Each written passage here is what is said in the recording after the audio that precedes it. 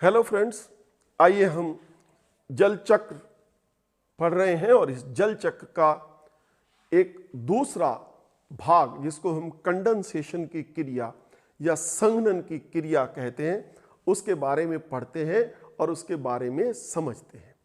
Condensation की क्रिया को हम कहते हैं कि जलवाष्प का जल में, अदृश्य जलवाष्प का तरल रूपी जल में या हिम में परिवर्तित हो जाना कंडेंसेशन की क्रिया या संघनन की क्रिया कहलाता है। इसको हम कहते हैं कि यहां से फिर जलवाष्प जो अदृश्य था वायुमंडल में, जल के अंदर या हिम कणों के रूप में परिवर्तित हो गया। लेकिन इसके लिए दो कंडीशंस, दो ऐसी कंडीशन हैं जो जरूर होनी चाहिए। पहली कंडीशन है ड्यू पॉइंट, ओसांक इसको हम हिंदी में कहते हैं। ड्यू पॉइंट का अर्थ है जब इस वायुमंडल में संतृप्त की अवस्था आ जाए। संतृप्त का अर्थ यह है कि जब सापेक्षिक आर्द्रता 100% हो जाए। जिस तापमान पर, due point is a temperature, जिस तापमान पर वायुमंडल संतृप्त हो जाए हम इसको कह देते हैं कि संघनन की क्रिया शुरू हो गई। दूसरी तरफ इसको हम ऐसे भी कह सकते हैं कि जब हमारा वायुमंडल संतृप्त हो जाए, सैचुरेटेड एयर, इसको हम शब्द कह देते हैं, रिलेटिव ह्यूमिडिटी 100% हो जाए तो हम कह देते हैं कि ये हमारी कंडेंसेशन की क्रिया शुरू हो गई। एक है ड्यू पॉइंट और दूसरा है सैचुरेटेड, जब हमारी सापेक्षिक आर्द्रता 100% हो जाए, वायुमंडल में जलवाष्प को सोखने की क्षमता पूरी हो जाए, संघनन की क्रिया शुरू हो जाती है। अब इस संघनन की क्रिया शुरू होने के लिए तापमान ड्यू पॉइंट से जैसे ही कम होगा या वायुमंडल में जो भी कोई ठोस पदार्थ होगा जिसका तापमान ड्यू पॉइंट से कम होगा, संघनन की क्रिया शुरू हो जाएगी। अलग अलग तरह से आप पाएंगे कि ये संघनन की क्रिया वायुमंडल में पाई जाती है। आइए अब संघनन के अलग अलग रूपों के बारे में पढ़ते हैं। सबसे पहला जो हमारे पास कंडेंसेशन की फॉर्म पाई जाती है वो है ड्यू एंड फ्रोस्ट, इसको हम कहते हैं।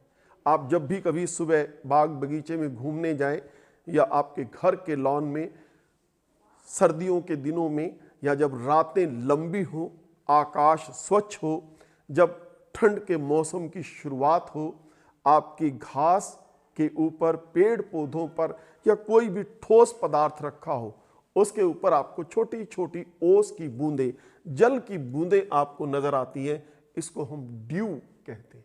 और इसका कारण हम सबसे पहले आपको बता दें कि लंबी रातें और स्वच्छ आकाश, long nights and clear sky, ये दो ऐसी इंपॉर्टेंट कंडीशंस हैं जिसके कारण पार्थिव विकिरण बढ़ जाता है। भू सतह ठंडी हो जाती है, ठंडी होकर जैसे ही ठंडी हो जाती है तो हवा संतृप्त हो जाती है, ड्यू पॉइंट तक पहुंच जाती है, तो वहीं पर संघनन की क्रिया शुरू हो जाती है।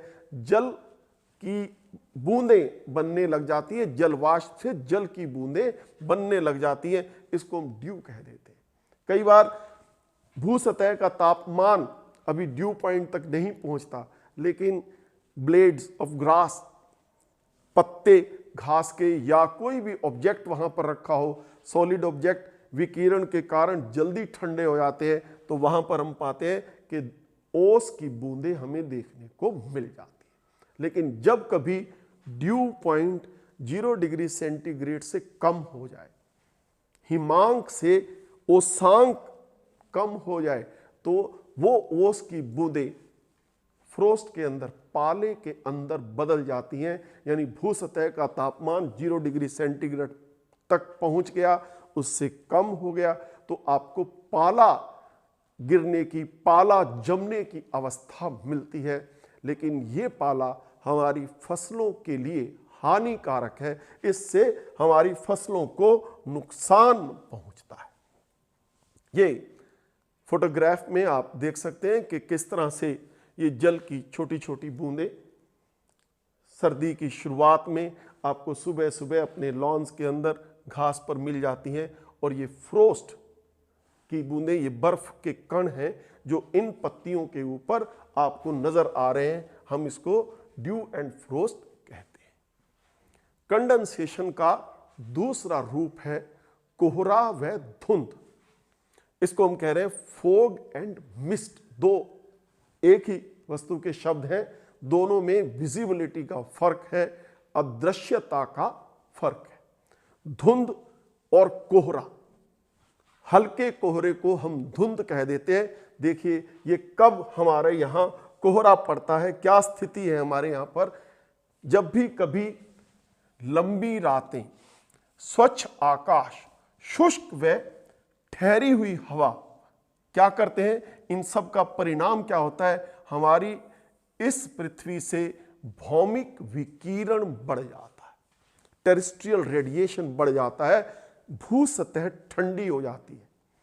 पहले तो हमारी ड्यू और फ्रोस्ट मिलते हैं, लेकिन जैसे ही हम वायुमंडल में ऊंचाई पर जा रहे हैं, अब हम भू सतह से ऊपर आ रहे हैं, जलवाष्प की बूंदें इन परिस्थितियों में जब तापमान उसांक तक वायुमंडल के ऊपरी सतह में पहुंच जाता है, तो जलवाष्प की बूंदें धूल के कणों पर, धुएं के कणों पर लटकने लग जाती है, सस्पेंशन की क्रिया हो जाती है। इसको हम फोग एंड मिस्ट का नाम दे देते हैं। देखिए फोग है घना कोहरा। जब हमारे यहां दृश्यता 1 किलोमीटर तक, 1000 मीटर तक हमें ऑब्जेक्ट नजर आए तो फोग है, और 2 किलोमीटर तक आपको वस्तुएं नजर आए तो उसको हम मिस्ट कह देते हैं, उसको हम धुंध कह देते हैं। ये हमारे यहाँ अक्सर दिसंबर जनवरी के महीने में ये स्थिति देखने को मिल जाती है। लेकिन आपको ये कंडीशंस याद रखनी है, लंबी रातें, स्वच्छ आकाश, शुष्क व ठहरी हुई वायु, जिसके कारण भौमिक विकिरण बढ़ जाता है, तो धुंध और कोहरा देखने को मिलता है। एक और जो आजकल हमें बहुत बड़ी हमारे लिए समस्या हो गई है, इसको हम स्मोग कहते हैं। हमारे राजधानी के क्षेत्र में ये बहुत बड़ी समस्या है। धुआं और धुंध, स्मोक एंड फोग, जब ये दोनों आपस में मिल जाते हैं दिस वन, तो स्मोग बन जाता है, धुमाग्र बन जाता है। एक तरफ तो ये श्वास संबंधी रोग बढ़ा देते हैं, दूसरी तरफ ये दृश्यता कम कर देते हैं।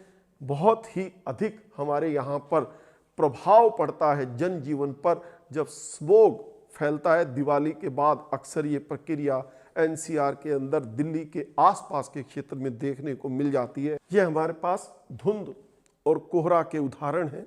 हमारे दिल्ली और मुंबई शहर में ये धुंध और कोहरा के दिनों की फोटोग्राफ से हम समझ सकते हैं कि धुंध और कोहरा क्या है।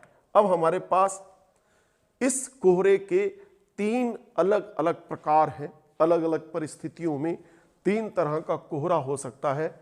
विकिरण कोहरा, रेडिएशन फोग, अभिवहन कोहरा, एडवक्शन फोग, और तीसरा है फ्रंटल फोग। ये अलग अलग 3 प्रकार कोहरे की हो सकती हैं। सबसे पहला रेडिएशन फोग है।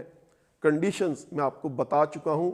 मैदानी क्षेत्रों के अंदर अक्सर ऐसा होता है कि जब धरातल बहुत अधिक ठंडा हो जाता है, भौमिक विकिरण के कारण, टेरेस्ट्रियल रेडिएशन के कारण वायुमंडल ऊंचाई तक ठंडा हो जाता है, हमारे यहाँ रेडिएशन फोग देखने को मिलती है। हमारे भारत के इस उत्तरी भारत के मैदान में ये अक्सर देखने को मिलता है सर्दियों के महीनों में। देन वी हैव एडवक्शन फोग, अभिवहन कोहरा। जब भी कभी जलवाष्प से लदी हुई वायु ठंडे धरातल तक पहुंचती है तो आपको अभिवहन कोहरा या एडवक्शन फोग देखने को मिलता है। ये हमारे समुद्री क्षेत्रों के आसपास, तटवर्ती क्षेत्रों में, झील वाले क्षेत्रों के आसपास एडवक्शन फोग आपको देखने को मिलती है। और तीसरी है, इसको हम बोलते हैं फ्रंटल फोग या वाताग्री कोहरा। 2 तरह के हमारे एयर मासेस होते हैं।